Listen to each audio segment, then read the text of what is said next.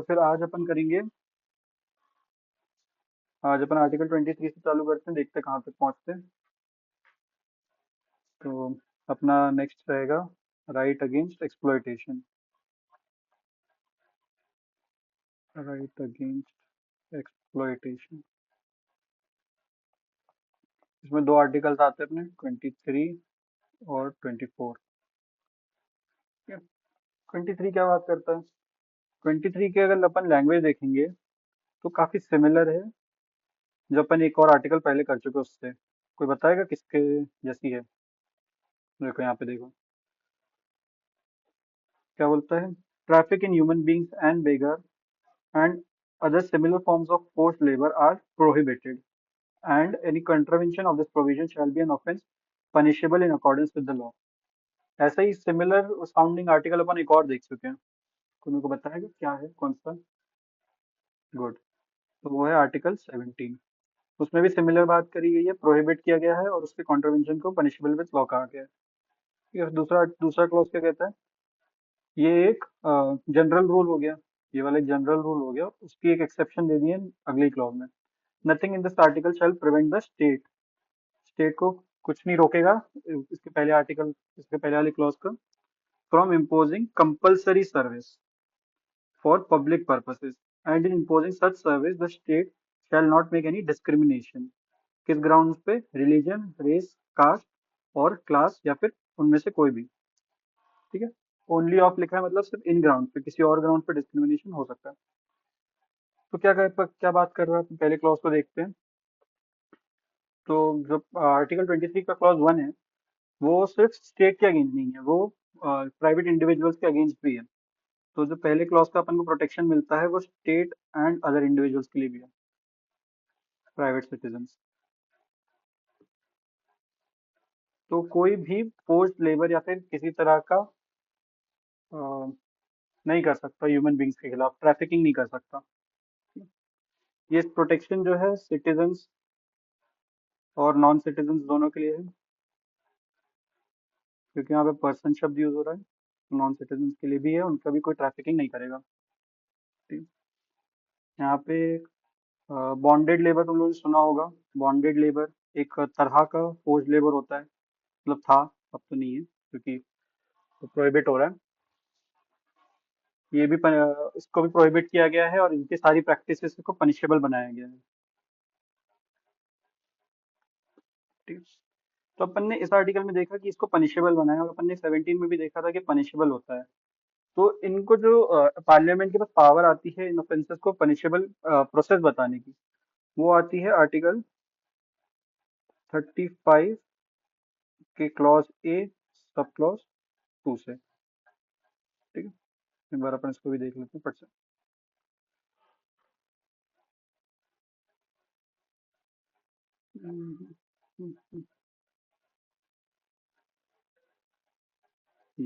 Legislation to give effect to the provisions of this part यानी fundamental rights की बात कर रही है। ठीक है, यहाँ पे अपन क्लॉज ए के सब क्लॉज 2 में देखेंगे कि for prescribing punishment for those acts which are declared to be offences under this part. तो आर्टिकल 17 और अभी अपन जो आर्टिकल कर रहे हैं 23, दोनों के लिए यहाँ से उनको इफेक्ट में आने के लिए पावर मिलती है। ठीक है, फिर तो यहाँ पे जो बोला है,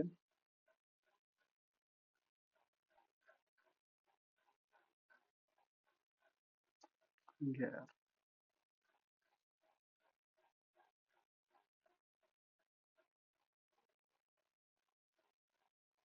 हम्म, तो इसका बनाने के लिए इन अकॉर्डेंस विथ लॉ इसके लिए बनाया गया था। इसके लिए सबसे पहले बनाया गया था suppression of immoral traffic in in women and girls act. तो पहले का एक लेजिस्लेशन आया था इसी आर्टिकल के रिगार्ड में, उसका नाम पहले ये था suppression of immoral traffic in women and girls act. But ये सिर्फ मेनली उन्हीं के लिए था, फीमेल्स के लिए। तो इसको बाद में रीनेम कर दिया गया था, इसको क्या कहते थे? इसको रीनेम करके द इमोरल ट्रैफिक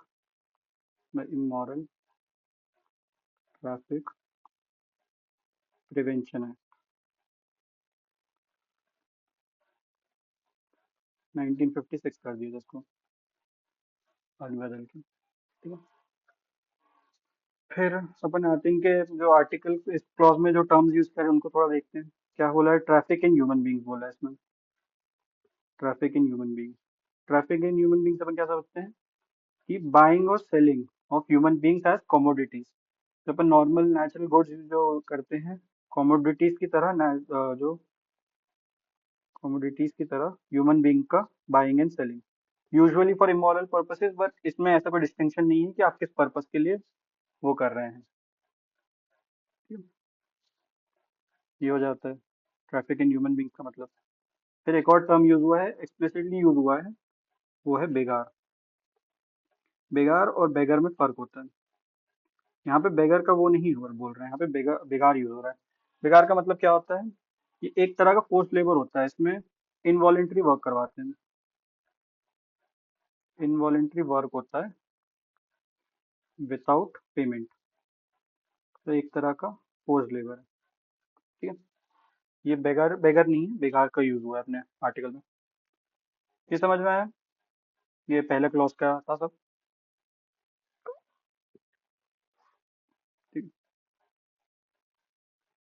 फिर फिर मुझको एक बात बताओ कि जो पनिशमेंट होती है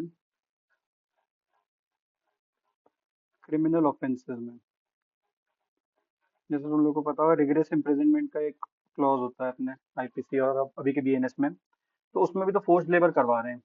तो क्या वो आर्टिकल 23 के वायलेटिव होगा?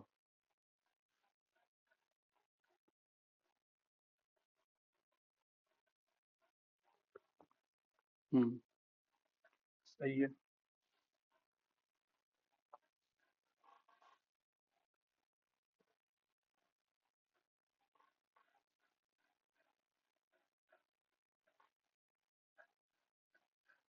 तो वहाँ पे वो नहीं होगा, आर्टिकल 23 का वायलेटिव नहीं होगा वो, क्योंकि वहाँ पे रीजनेबल उनको जो पेमेंट मिलनी चाहिए, रेम्यूनरेशन जो मिलना चाहिए वो मिल जाता है उनको उसमें। ठीक है। आर्टिकल 23 बेसिकली तीन चीजें प्रोहिबिट कर रहा है ना, ट्रैफिकिंग इन ह्यूमन बींग्स,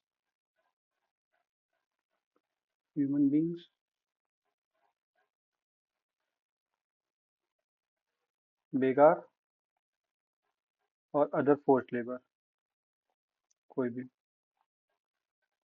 और इसके साथ साथ इनको पनिशेबल भी बना रहा है, तीनों को पनिशेबल ऑफेंसेस बना रहा है। ठीक है। फिर आते हैं अपन क्लॉज टू में। क्लॉज टू में जो इसका एक एक्सेप्शन टाइप है, इसमें कंपलसरी पब्लिक सर्विस की बात करिए। तो जब स्टेट अपन से कंपलसरी पब्लिक सर्विस कराता है किसी भी रिगार्ड में, तब अपन आर्टिकल 23 का प्रोटेक्शन नहीं ले सकते कि हमारे खिलाफ फोर्स्ड लेबर है, क्योंकि ये पब्लिक पर्पसेस के लिए है ना, कोई भी पब्लिक पर्पस के लिए आपको सर्विस कराई जा रही है। जैसे आर्मी हो गया, जो कुछ फ्लड्स वगैरह जैसे कुछ आता है तो आपको बुलाया जा सकता है काम करने के लिए, तो वो पब्लिक पर्पसेस के लिए होता है, तो उसको फोर्स्ड लेबर नहीं बोलते। बट इसके अंदर एक और चीज दी गई है कि जब आप इनको पिक आउट कर रहे हैं लोगों को कंपलसरी पब्लिक सर्विस के लिए, तब आप उनके साथ डिस्क्रिमिनेट नहीं कर सकते। किन ग्राउंड पे? चार तरह के ग्राउंड दिए गए हैं यहाँ पे अपन को। रिलीजन के ग्राउंड पे आप नहीं कर सकते, रेस के ग्राउंड पे आप नहीं कर सकते, फिर कास्ट या फिर वो किसी क्लास से बिलोंग करता है इस बेसिस पे। इन चारों के अलावा आप किसी और ग्राउंड पे डिस्क्रिमिनेट कर सकते हो। जैसे अगर आपको जेंडर के बेसिस पे करना है कि कोई पर्टिकुलर जेंडर बेटर रहेगा उस रोल के लिए, तो आप उस ग्राउंड पे कर सकते हो, फॉर एग्जाम्पल। ठीक है। ये हो गया अपना आर्टिकल 23 यहाँ पर। इसके अपन दो चार केस देख लेते हैं।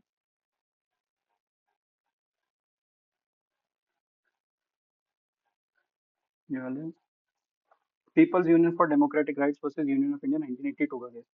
यहाँ पे आर्टिकल 23 के स्कोप की बात करी थी, जिसमें बोला था कि बहुत वाइड है और अनलिमिटेड है, एंड स्ट्राइक करता है ट्रैफिक इन ह्यूमन बींग्स पर and begar in other forms of force labour wherever they are found. तो कहीं पे भी फाउंड होंगे वहां पे उनको स्ट्राइक आउट करता है। वो किसी भी फॉर्म में क्यों ना हो। इनके बहुत तरह के फॉर्म्स होते हैं, अलग अलग तरह के, जैसे मैंने बॉन्डेड लेबर बताया, एक बेगार इसमें स्पेसिफिक मेंशन्ड है। तो वो सब स्पेसिफिकली वो करता है, स्ट्राइक आउट करता है। यहाँ पे कोर्ट ने बोला, no one shall be force to provide labour और service against his will even though it be under a contract of service. A person who provides labor or service to another for remuneration which is less than minimum wage amounts to forced labor under Article 23। तो यहाँ पे बोल रहा है कि सिर्फ अगर आपको सिर्फ वेज नहीं मिल रहा है, वो ही फोर्स्ड लेबर नहीं होगा। अगर आपको मिनिमम वेज से भी कम मिल रहा है तो वो भी फोर्स्ड लेबर में काउंट होगा। ऐसे इनने एग्जाम्पल देने की कोशिश करी है कि फोर्स्ड लेबर में क्या क्या आ सकता है, और इन सबको आर्टिकल 23 प्रोहिबिट करता है। फिर है Deena versus union of India 1983 का। इसमें क्या बोला, court held that taking labour और from prisoners without paying proper remuneration amounts to force labour and is violative of article 23। तो अगर जब तक आप उनको प्रॉपर रेम्यूनरेशन दे रहे हैं तब तक वो वायलेटिव नहीं होगा आर्टिकल 23 का, पर अगर नहीं देंगे तब हो जाएगा। प्रिजनर्स इंटाइटल्ड है, मतलब उनका राइट है payment of reasonable wages for such work taken from them and the court is under duty to enforce their claim. ठीक है, ये दो इंपॉर्टेंट केस हैं। आप फिर आते हैं अपने अपने अगले आर्टिकल को। आर्टिकल 23 में कोई दिक्कत किसी को?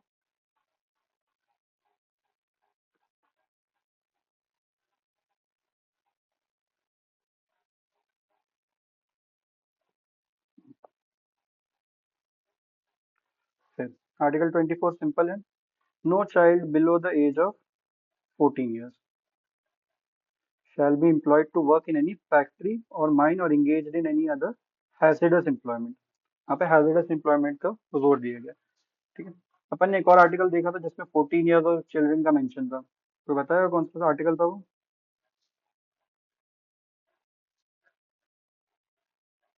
हाँ, तो उसी को बेसिकली कॉम्प्लीमेंट कर रहा है इन अ वे, जबकि बाद में आया फिर भी। तो यहाँ पे बोला है इनको राइट टू एजुकेशन मिलेगा 14 ईयर्स तक, 6 to 14 तक राइट टू एजुकेशन। और वहीं पे दूसरी साइड इनको प्रोहिबिट कर रहा है किसी भी काम करने से, किसी भी डेंजरस इन्वायरमेंट में काम करने से रोका जा रहा है इनको सिर्फ।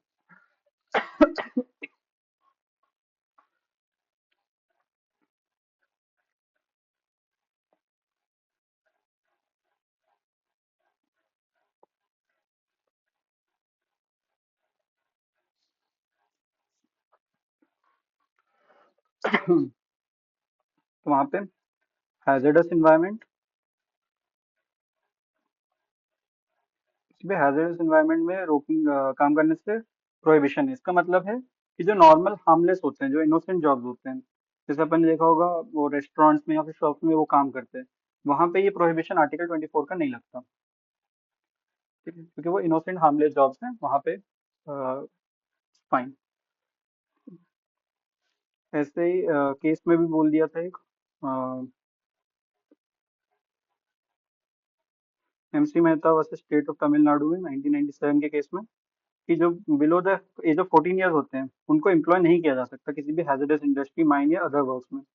फिर यहाँ पे कोर्ट ने गाइडलाइंस भी लेट डाउन करी थी, वो अपने लिए रेलिवेंट नहीं है, बट केस का नाम याद रखना कि एमसी मेहता केस बहुत इंपॉर्टेंट होता है।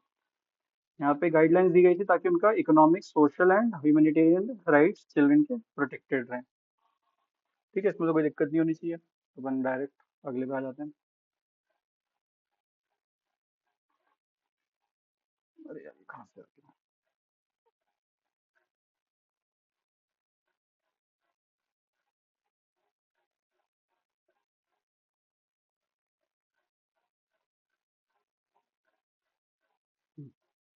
25 पे आते हैं। फिर अपना चालू होता है right to freedom of religion. यहाँ पे अपन देखेंगे, अपन ने जब प्रियम्बल डिस्कस करा था, तब अपन ने बात किया था कि वहाँ पे सेक्युलर शब्द लिखा है, जो कि ऐड हुआ था 46 सेकेंड अमेंडमेंट से, है ना, इकलौता अमेंडमेंट है प्रियम्बल का आज तक का। यहाँ पे सेक्युलर वर्ड ऐड किया गया था। यहाँ अपन ने तब ये भी डिस्कस किया था कि जो सेक्युलर वर्ड लिखा है, कॉन्स्टिट्यूशन अपना इससे पहले से भी, प्रायर टू दिस भी अपना कॉन्स्टिट्यूशन सेक्युलर था, इंडिया सेक्युलर था। इस वर्ड के ऐड करने से क्या हुआ, जो पहले से इम्प्लिसिट था, इम्प्लिसिट मतलब जो लिखा हुआ था जनरल सेंस में, ठीक है, उसको एक्सप्लिसिट कर दिया, क्लियर टर्म्स में बता दिया कि अपना देश वहाँ सेक्युलर की तरफ बढ़ रहा है, सेक्युलरिज्म की तरफ बढ़ रहा है। अब अपन ने ये भी देखा था कि ये एक पॉजिटिव कॉन्सेप्ट है इंडिया में, इंडिया में सेकुलरिज्म का पॉजिटिव कॉन्सेप्ट है। इसका क्या मतलब है कि इंडिया खुद का कोई रिलीजन नहीं है। India has no religion. पर जो रिलीजियस अफेयर्स होते हैं बाकी, उसमें वो इंश्योर करेगा कि सबको इक्वल ट्रीटमेंट मिले। इक्वल ट्रीटमेंट भी मिले रिलीजन में, और प्रोटेक्शन भी मिले, रिस्पेक्ट भी मिले। ठीक है। इंडिया खुद का रिलीजन नहीं है, बट वो जो बाकी के उसके सिटीजन है उन सबके रिलीजियस अफेयर्स का प्रोटेक्शन करेगा। ठीक है। फिर जो एस आर बुमाई का केस था, एस आर बुमाई के केस में ये भी बोल दिया गया था कि जो सेक्युलरिज्म है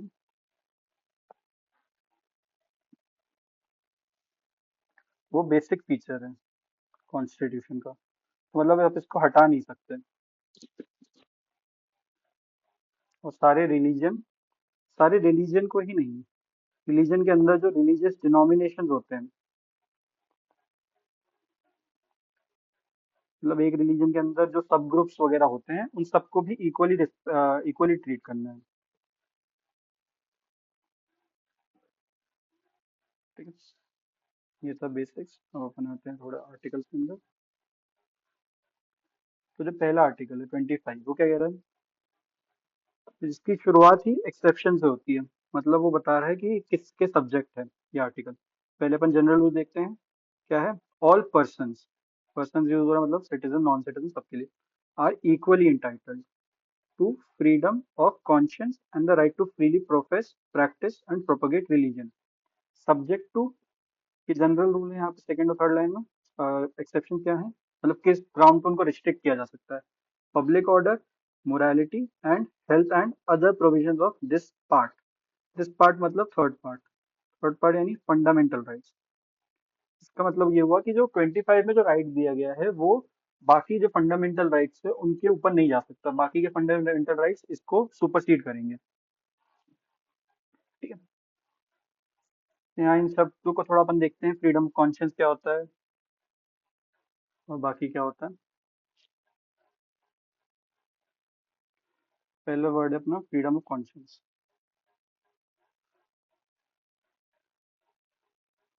फ्रीडम ऑफ कॉन्शियंस क्या होता है? ये होता है इनर इनर फीलिंग या फिर इनर मैनिफेस्टेशन जो भी होगा। आप अंदर ही अंदर क्या बिलीफ रख रहे हैं अपने, क्या फेथ है आपकी, वो सब आपका फ्रीडम मिलता है यहाँ पे। टू प्रोफेस क्या होता है? तो जैसे कॉन्शियंस एक इनर है, प्रोफेस होता है एक्सटर्नल मैनिफेस्टेशन। आप अपने मन की बात खुले में आराम से बोल सकें, ये आपको टू प्रोफेस का राइट भी इस आर्टिकल के अंदर मिलता है। टू प्रैक्टिस क्या होता है?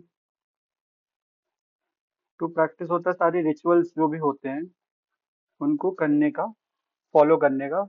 रिलीजियस ड्यूटीज, राइट्स, रिचुअल्स होते हैं, रिलीजियस जो बिलीफ्स होते हैं आपके, उन सबको पब्लिकली दिखाने का ये आपको राइट देता है। टू प्रैक्टिस का ये मतलब होता है। फिर एक लास्ट है अपना टू प्रोपोगेट। टू प्रोपोगेट का मतलब होता है कि अपने जो व्यूज हैं आपके, जो आइडियाज हैं, फिलोसॉफीज हैं, उनको आगे बढ़ाना और इंसानों को, दूसरों को पर्सुएड करना। दूसरों के लिए अपने रिलीजन को दूसरों के सामने एक्सपोज करना, उसकी, उसको एक तरह से प्रमोट करना, ये होता है प्रोपोगेट का मतलब। ठीक है?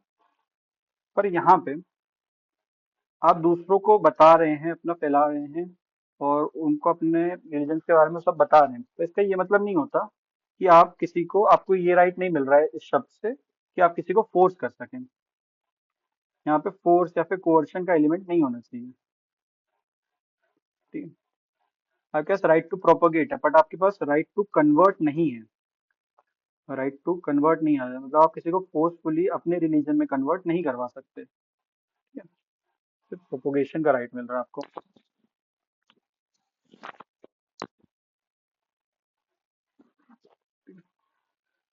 तो बाकी क्लॉजेस भी देख लेते हैं। ये अपना ये क्लॉज 1 था। और क्लॉज 1 में अपन के चार सब्जेक्ट्स हैं इसमें, मतलब चार ग्राउंड पे इनका रेस्ट्रिक्शन लग सकता है। पब्लिक ऑर्डर,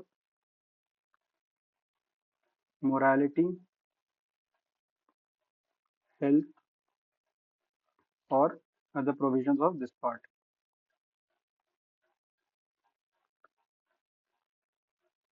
मतलब आप रिलीजन के नाम पे कुछ भी नहीं कर सकते, आप पे इन ग्राउंड पे रिस्ट्रिक्शन लग सकता है।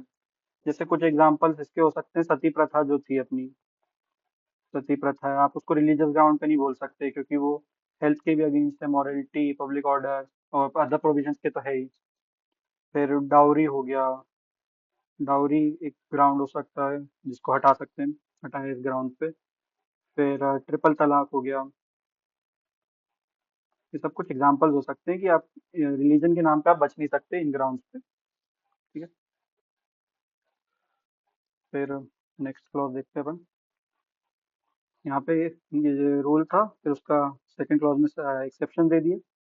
Nothing in this article shall affect the operation of any existing law or prevent the state from making any law.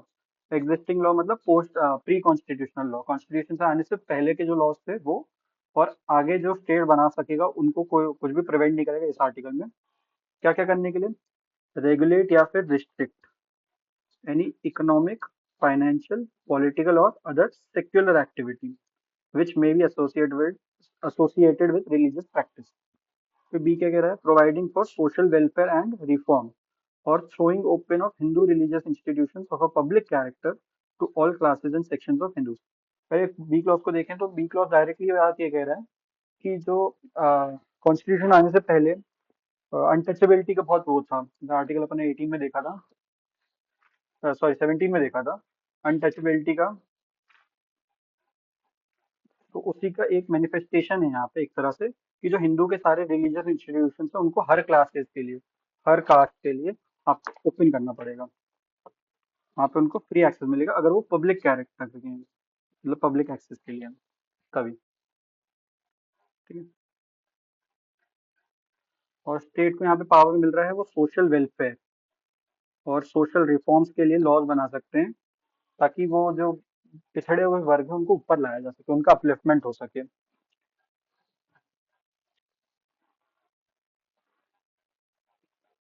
फिर अपन क्लॉज ए को देखते हैं।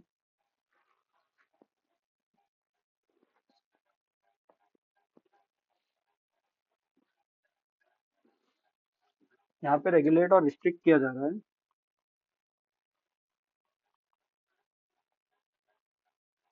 इनको, सेक्युलर एक्टिविटीज को, सेक्युलर एक्टिविटीज जो एसोसिएटेड है विथ रिलीजियस प्रैक्टिस। तो रिलीजियस प्रैक्टिस क्या होगी? यहाँ से बड़ा क्वेश्चन ये उठता है कि रिलीजियस प्रैक्टिस क्या होगी, क्योंकि अगर वो प्रॉपर रिलीजियस प्रैक्टिस है उसको अपन तो उसको सेक्युलर एक्टिविटीज में से निकाल के फिर वो कोई भी रिलीजन ग्राउंड ले सकता है कि ये हमारी रिलीजियस प्रैक्टिस है, तो आप इन पे वो रिस्ट्रिक्ट नहीं कर सकते या फिर रेगुलेट नहीं कर सकते, क्योंकि यहाँ पे सिर्फ सेक्युलर एक्टिविटीज को ही ग्राउंड है रिस्ट्रिक्ट करने का, फिर रेगुलेट करने का। तो यहाँ पे जो बात की गई है, तो सेक्युलर एक्टिविटीज क्या नहीं होंगी? तो वो चीजें नहीं होंगी जो कि एसेंशियल हो, जो कि एसेंशियल नेचर की हो किसी भी रिलीजन को एंजॉय करने के लिए।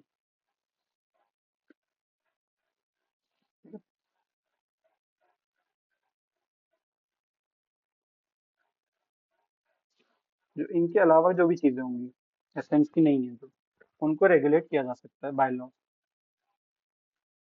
बाकियों को नहीं कर सकते।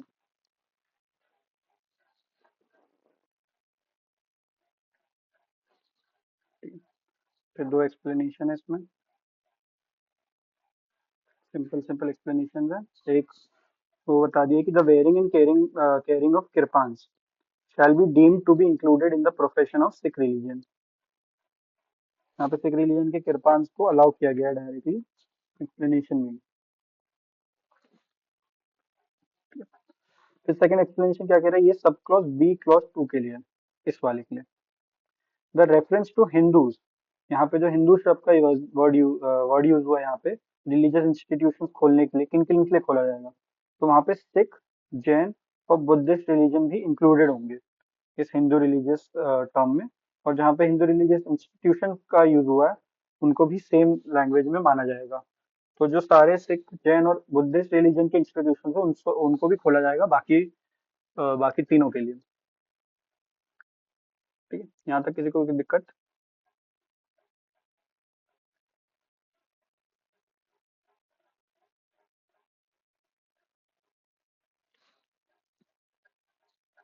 बताओ बताओ, कोई दिक्कत किसी को?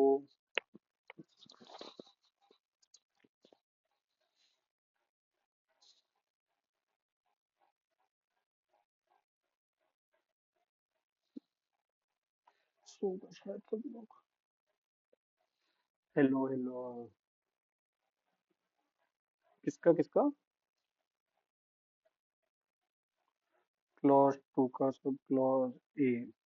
देखो यहाँ पे रेगुलेट या रिस्ट्रिक्ट करने की पावर आ रही है, मतलब जो स्टेट है वो लॉज बना पाएगा।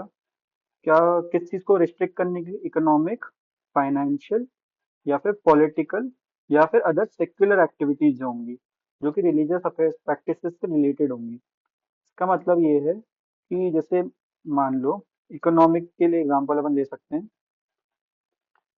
कि आप किस किस तरह से खर्चा कर रहे हैं। कोई भी रिलीजियस इंस्टीट्यूट किस तरह से खर्चा कर रहा है, किस तरह से टैक्सेस लिए जा रहे हैं, किस तरह से फीस ली जा रही है, ये सब चीजें वो रेगुलेट कर सकता है, क्योंकि वो एसेंशियल प्रैक्टिस में नहीं आएंगी किसी भी रिलीजियस इंस्टीट्यूशन के। और स्टेट इनको रिस्ट्रिक्ट या फिर रेगुलेट कर सकता है। मान लो कोई रिलीजियस इंस्टीट्यूशन अनफेयरली किसी से कुछ भी चार्ज कर रहा है, तो उसको पूरी तरह से रिस्ट्रिक्ट कर देगा। या फिर वो रेगुलेट करने के लिए ये बता सकते हैं कि हम आप ये इतना इतना चार्ज कर सकते हैं किसी को। ठीक। ठीक है। तो मेरे को बताओ, अपन ने यहाँ पे देखा इसी क्लॉज में, क्लॉज टू के सब क्लॉज ए में, कि वो एसेंशियल नेचर होना चाहिए किसी भी रिलीजन का, तब वहां पे रेगुलेट नहीं कर पाएंगे। अगर ये नहीं होगा तब रेगुलेट हो पाएगा। पर अपन कैसे बताएंगे कि कोई चीज एसेंस की है कि नहीं, कोई एसेंशियल नेचर है कि नहीं, किसी भी एक्ट का? कैसे बताएंगे?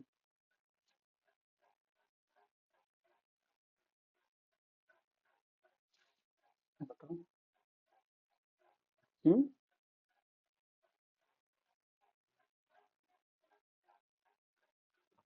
सही है।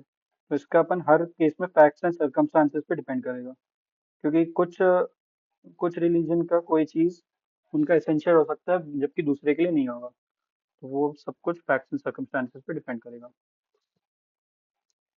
ठीक है। फिर इसके अपन केसेस 26 के साथ ही देखेंगे, जो कि सिमिलर है काफी। अपन 26 पे आते हैं। 26 में क्या बोल रहा है? Freedom to manage religious affairs. उसका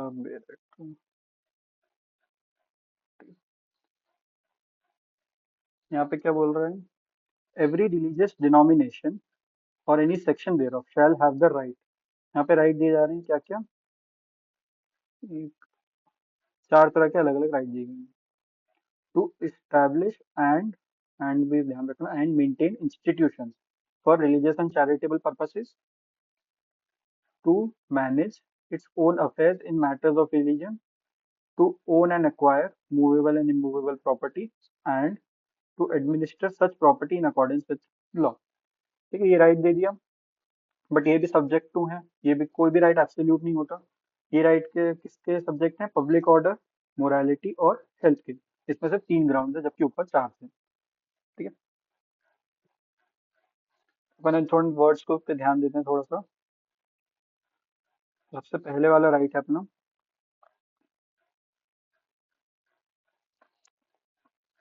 इस्टेब्लिश एंड मेंटेन। तो बीच में एंड लिखा हुआ है, इसका मतलब है अपन को इन दोनों को साथ में पढ़ना है। तो जो भी इंस्टीट्यूशन राइट मांग रहा है अपना कि हमको ये मेंटेन करने का अधिकार है कोई इंस्टीट्यूशन, उसको वो इस्टेब्लिश भी किया होना चाहिए। जो इंस्टीट्यूशन उनने खुद इस्टेब्लिश किया उन्हीं पे उनका राइट होगा कि वो मेंटेन भी कर सकते हैं। फिर दूसरा है अपना सेकंड राइट है 26 के अंदर, manage its own affairs in matters of religion. तो मैटर्स ऑफ रिलीजन का अपन ने ऑलरेडी बात कर चुका है थोड़ा सा, कि जो भी मैटर्स एसेंशियल होंगे या फिर एसेंस होगा रिलीजन के, उनके रिलीजन को एंजॉय करने के लिए एसेंशियल प्रैक्टिस होगी, वो मैटर्स ऑफ रिलीजन में आएगा और उन चीज़ों पे उनका राइट हो जाएगा मैनेज करने का। ठीक है, तो अगर एसेंस की है तो उन उन इंस्टीट्यूशन का राइट होगा मैनेज करने का, और अगर नहीं है तो स्टेट उनको रेगुलेट किसी तरह से कर सकती है। फिर थर्ड वाला सी और डी अपन साथ में देखते हैं। सी और डी साथ में देखेंगे तो उसमें है ओन, एक्वायर एंड एडमिनिस्टर। तो यहाँ पे लिखा है own administer such property in accordance with law.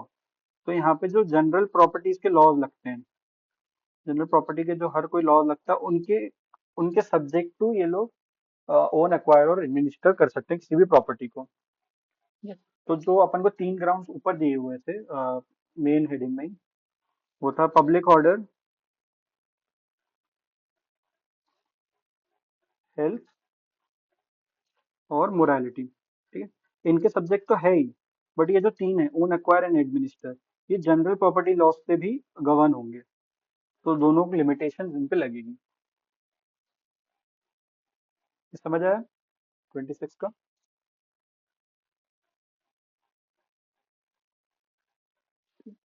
तो मेरे को बताओ क्या। हाँ,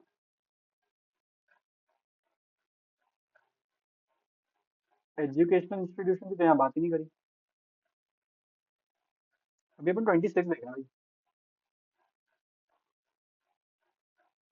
अपन आएंगे, उस पर भी आएंगे अभी अपना 27 28 में रिलीजियस एजुकेशनल इंस्टीट्यूशन। ठीक है, अभी अपन 26 में, अभी 25 26 देखते हैं।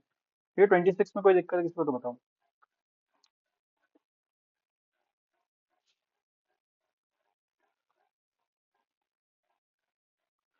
क्योंकि ये बताओ, आर्टिकल 25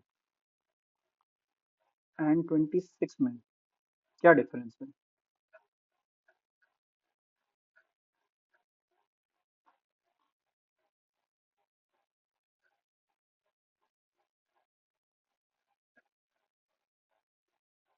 तो बताएगा क्या डिफरेंस है?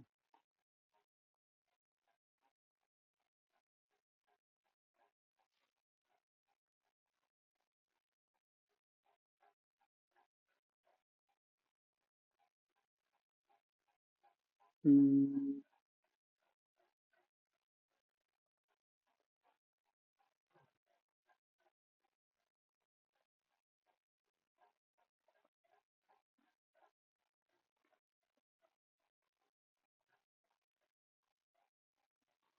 बोल सकते हैं, देखो 25 में ना इंडिविजुअल के राइट्स हैं, हर इंडिविजुअल को वो राइट्स हैं, बेसिक राइट्स हैं जो 25 में नहीं है। पर जो 26 है वो ऑर्गेनाइज्ड बॉडी के लिए है, वो किसी ऑर्गेनाइज्ड बॉडी या किसी इंस्टीट्यूशंस के लिए राइट्स हैं, कि आप इस्टेब्लिश कर सकते हो अपने institution, own matters of fair जो हैं आपके सारे, वो सब आप कर सकते हो, ये सब है। और एक और मेन डिफरेंस है कि ये वाला जो है आर्टिकल 25, ये subject to other provisions of fundamental rights भी है, other provisions of fundamental rights, है ना। पर जो आर्टिकल 26 है उसमें ये नहीं है, उसमें सिर्फ तीन है, पब्लिक ऑर्डर, मोरालिटी और हेल्थ। इसमें सिर्फ एक एक एक्स्ट्रा रिस्ट्रिक्शन है other provisions of fundamental right वाला।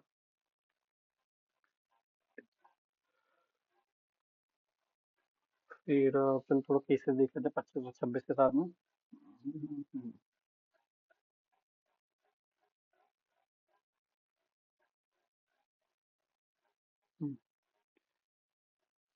SP Mittal versus union of India 1983 supreme court.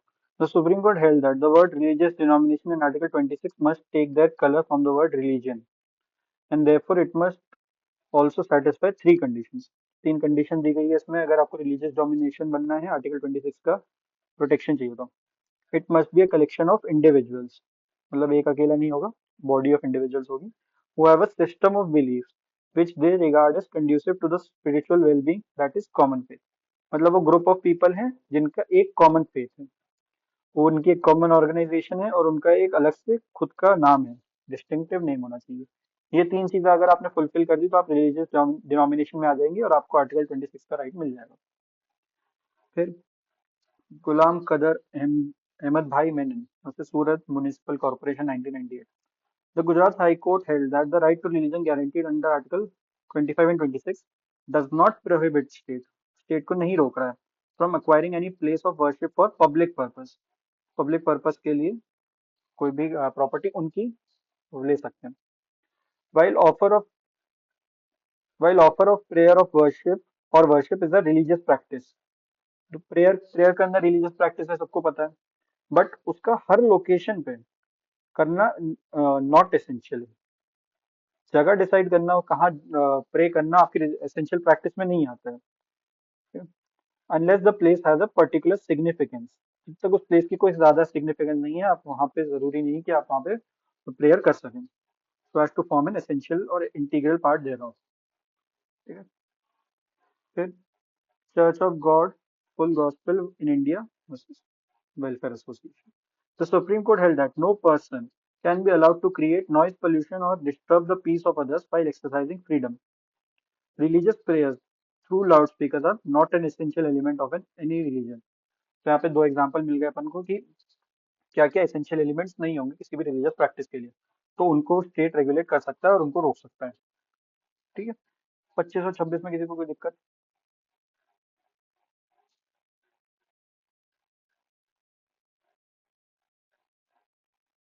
देखो, इसके आते हैं अपन 27 में, छोटा सा है, बढ़िया सा. No person shall be compelled to pay any taxes. Taxes कोई नहीं देगा. किस बात में? The proceeds of which are specifically appropriated in payment of expenses for the promotion और maintenance of any particular religion या फिर रिलीजियस डिनोमिनेशन. तो कोई भी ऐसा टैक्स जिसके प्रोसीड्स किसी भी पर्टिकुलर रिलीजन के मेंटेनेंस या प्रमोशन के लिए जा रहे हैं, तो अगर ये अलाउ कर देते हैं या इस तरह के टैक्सेस अलाउ कर देंगे, तो इंडिया सेक्युलर नहीं रह जाएगी ना. क्योंकि रिलीजियस के मैटर में स्टेट इज न्यूट्रल. तो वहां पे कोई भी तरह का टैक्स नहीं नहीं लिया जाएगा किसी भी इंसान से, किसी को कंपेल नहीं किया जाएगा. वॉलेंट्री तो दे ही सकता है ना. यहाँ पे वर्ड यूज हो रहा है पर्टिकुलर रिलीजन और टैक्सेस. इनको अपन थोड़ा हल्का सा देखते हैं. पर्टिकुलर रिलीजन से ये मतलब है कि अगर कोई स्टेट कोई टैक्स लेके, मतलब अपना स्टेट कोई टैक्स लेके सारे ऑल रिलीजन को इक्वली बिना डिस्क्रिमिनेट किए, विदाउट डिस्क्रिमिनेशन प्रमोट कर रहा है या फिर मेंटेन कर रहा है, और मेंटेनेंस शब्द भी यूज है उसमें, तब आर्टिकल 27 नहीं लगेगा. क्यों? क्योंकि किसी पर्टिकुलर रिलीजन को फेवर नहीं किया जा रहा है यहाँ पे. यहाँ पे सबको विदाउट डिस्क्रिमिनेशन इक्वली ट्रीट किया जा रहा है, सारे रिलीजन को. तो यहाँ पे आर्टिकल 27 नहीं लगेगा. ठीक है. और दूसरा शब्द है अपना, उसको हमको ध्यान देना है, वो है टैक्स. टैक्स आर्टिकल 27 में टैक्स प्रोहिबिटेड है, पर जो फीस होती है, फीस प्रोहिबिटेड आर्टिकल 27 के अंदर नहीं है. अब टैक्स तो नहीं ले सकते, पर आप फीस ले सकते हो. टैक्स और फी में क्या फर्क है? टैक्स और फी का फर्क देखने के लिए अपन एक केस लॉ देखेंगे.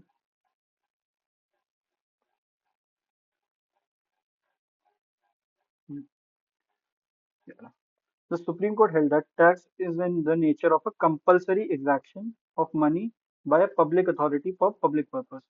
तो टैक्स का क्या मतलब है? जो कंपलसरी देना पड़ेगा किसी भी इंसान को, किसी पब्लिक अथॉरिटी को पब्लिक पर्पसेस के लिए. मतलब उसका आपको डायरेक्ट फेवर नहीं मिल रहा है, जो पे कर रहा है उसको डायरेक्ट फेवर नहीं मिलेगा, बट इन जनरल मिलेगा, एक कॉमन बेनिफिट मिलेगा. Tax is a common burden and the only return, इकलौता रिटर्न क्या है जो टैक्स पेयर को मिलेगा? वो है कॉमन बेनिफिट. उसको खुद के लिए अकेला सिंपल कुछ नहीं मिलेगा डायरेक्ट. जबकि फीस फीस होती है प्राइमरी, प्राइमरी उसका पब्लिक इंटरेस्ट ही होता है, पर जो पे कर रहा है उसको स्पेशल सर्विस भी मिल रही होती है साथ साथ, या फिर स्पेशल वर्क डन होता है जो पेमेंट कर रहे हैं उनके बेनिफिट के लिए. ठीक है. टैक्स में वो होता है कॉमन बेनिफिट, फीस में होता है जो पे कर रहा है उसका benefit. All that is necessary is that there should be a reasonable relationship between the levy of the fee and the services rendered. ये होगा तो वो फीस काउंट हो जाएगी, और अगर वो फीस में आ गया, जो भी पैसा मांगा जा रहा है, अगर वो फीस में आ गया तो वो आर्टिकल 27 का वायलेशन नहीं रह जाएगा। तो आर्टिकल 27 से वो अमाउंट बच जाएगा। ठीक है, इसको कोई दिक्कत किसी को?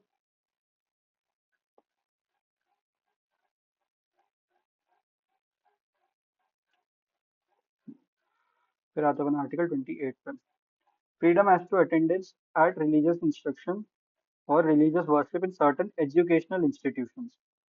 यहाँ पे पहला क्लॉज बोलता है नो रिलीजियस इंस्ट्रक्शन, इंस्ट्रक्शन की बात करी गई है, religious instruction shall be provided in any educational institution Holi maintained out of state funds. तो यहाँ पे पहला क्लॉज क्या बता रहा है, एक डिक्लेरेटरी प्रोविजन है, यहाँ पे बोल रहा है कि कोई भी रिलीजियस इंस्ट्रक्शन है, रिलीजियस से रिलेटेड कोई भी चीजें हैं, अगर वो किसी इंस्टीट्यूशन, एजुकेशनल इंस्टीट्यूशन जो होली मेंटेन्ड है, मतलब पूरी तरह से स्टेट मेंटेन्ड है, उनमें आप किसी भी तरह का रिलीजियस इंस्ट्रक्शन नहीं दे सकते, पूरी तरह से प्रोहिबिट किया गया। ठीक है? फिर ये जनरल रूल हो गया, यहाँ पे इसका एक्सेप्शन हो गया, nothing in clause one, clause one में जो भी दिया अप्लाई नहीं करेगा, कहाँ नहीं अप्लाई करेगा, to an educational institution which is administered by the state but has been established, मतलब स्टेट से एडमिनिस्टर कर रहा है, पर इस्टेब्लिश किसने किया उसको, किसी एंडाउटमेंट या फिर ट्रस्ट के अंडर वो इस्टेब्लिश हुआ है, विच रिक्वायर्स, जिसने उसको इस्टेब्लिश किया है वो रिक्वायर करता है कि रिलीजियस इंस्ट्रक्शन यहाँ पे देनी ही पड़ेगी, यहाँ पे शैल वर्ड यूज है, तो देनी ही पड़ेगी। ठीक है? ये है फिर, no person attending any educational institution recognized by the state, recognized by the state or receiving aid, या तो स्टेट ने रिकॉग्नाइज किया या फिर उनको एड मिल रहा है out of state fund, shall be required to take part in any religious instruction. तो मतलब आप किसी पर्सन को कंपेल नहीं करेंगे, यहाँ पे उनकी कोई रिक्वायरमेंट नहीं होगी, अगर वो चाहे तो उससे ऑप्ट आउट कर सकते हैं, that may be imparted in such institution or to attend any religious worship that may be conducted in such institution or in any premises attached thereto unless such person or if such person is a minor as his guardian has given consent thereto। मतलब वो खुद की consent से या फिर खुद की इच्छा से वो उसमें पार्टिसिपेट कर सकते हैं, बट आप उसको फोर्स नहीं करेंगे, ऐसा क्लॉज 3 में सिंपली बोला गया। ठीक है, तो यहाँ पे अगर आर्टिकल 28 में देखें, यहाँ पे अपन को चार तरह के एजुकेशनल इंस्टीट्यूशन की बात करी गई है। पहले क्लॉज में ये वाला पहला है Holi maintained out of state fund, फिर दूसरा है दूसरा है अपना रिकॉग्नाइज्ड बाय द स्टेट या फिर receiving aid by the state, ये दूसरा हो गया, और receiving aid out of state ये तीसरा हो गया, और या फिर जो which is administered by the state but has been established under any endowment or trust, ये अपना चौथा हो गया। ठीक है, ये अपना बाइफर्केशन होगा, यहाँ पे चार तरह के अपन को देखने को मिलते हैं। तो अगर अपन को शॉर्ट में देखना चाहें तो चार तरह के एजुकेशन इंस्टीट्यूशन है, अगर वो Holi maintained out of bye the state है तो वहां पे नो रिलीजियस इंस्ट्रक्शन, बिल्कुल बिल्कुल नहीं दे सकता। अगर वो रिकॉग्नाइज है या फिर वहां से एड आ रही है तो वहां पे दी जा सकती है विद द कंसेंट, यहाँ पे इच्छा रहेगी इंसान की। ठीक है, बट अगर उसको सिर्फ स्टेट एडमिनिस्टर कर रहा है और स्टैब्लिश किसी ट्रस्ट एंडाउमेंट में हुआ है तो वहां पे कोई रिस्ट्रिक्शन नहीं है, आपको जिस हिसाब से अपने रिलीजियस इंस्ट्रक्शन देने हैं आप दे सकते हैं।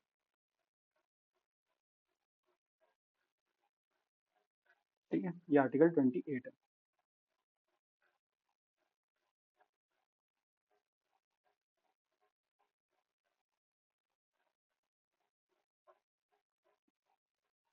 बताओ यहाँ पे किसी को कोई दिक्कत 28 तक?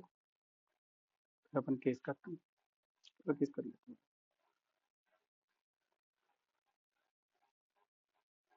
Aruna Roy versus union of India 2002 का केस है। यहाँ पे एक नेशनल करिकुलम फ्रेमवर्क आया था स्कूल एजुकेशन के लिए, जहाँ पे बोला गया था कि जो रिलीजियस है उन पे वैल्यू डेवलपमेंट के लिए रिलीजियस और उनकी कंपैरेटिव स्टडी होनी चाहिए, जो हर रिलीजन की फिलोसॉफी है, उनके आइडियल्स वगैरह, उन सबको देना चाहिए स्कूलों में। तो इसको चैलेंज किया गया था कि ये 28 का वायलेशन है। पर कोर्ट ने क्या कहा कि ये जो नेशनल फ्रेमवर्क दिया गया है वो वायलेटिव नहीं है, ना कि 28 के, ना ही कॉन्सेप्ट ऑफ सेक्युलरिज्म के। जो पूरा एम्फेसिस है आर्टिकल 28 का वो है is against imparting religious instruction और ऑफ परफॉर्मिंग रिलीजियस वर्शिप। तो ये मेनली दो चीजों को प्रोहिबिट करने के लिए, कि रिलीजियस इंस्ट्रक्शन या फिर रिलीजियस वर्शिप को रोकने के लिए। वो प्रोहिबिट नहीं कर रहा है, क्या नहीं प्रोहिबिट कर रहा है, स्टडी ऑफ रिलीजियन फिलोसॉफी और cultural particularly for having value-based social life in a society degenerating for power, poster, property। तो यहाँ पे ये बोल रहे हैं कि दो तरह के यहाँ पे बैन की रोके जा रहे हैं आर्टिकल 28 के द्वारा, रिलीजियस इंस्ट्रक्शन और रिलीजियस वर्शिप। पर जो कोई भी रिलीजन की फिलोसॉफी है, उनका कल्चर है, उनकी हिस्ट्री जो भी है, और उससे जो सोशल लाइफ अपन गेन कर सकते हैं, उन सबको आर्टिकल 28 नहीं रोक रहा है। इस पे इसमें बोला था। ऐसे ही सिमिलर केस एक और, DAV college Bathinda versus state of Punjab. यहाँ पे जो गुरु नानक जी की टीचिंग्स थी, टीचिंग और लाइफ गुरु नानक जी का, उनको बोला गया था कि वो did not amount to religious instructions. मतलब आप इनको, ये कॉन्स्टिट्यूशनली वैलिड है अगर आप इनको एकेडमिक स्टडी के लिए गुरु नानक जी की लाइफ या टीचिंग का समझ रहे हैं या फिर पढ़ रहे हैं, तो आर्टिकल 28 का वायलेशन नहीं होगा।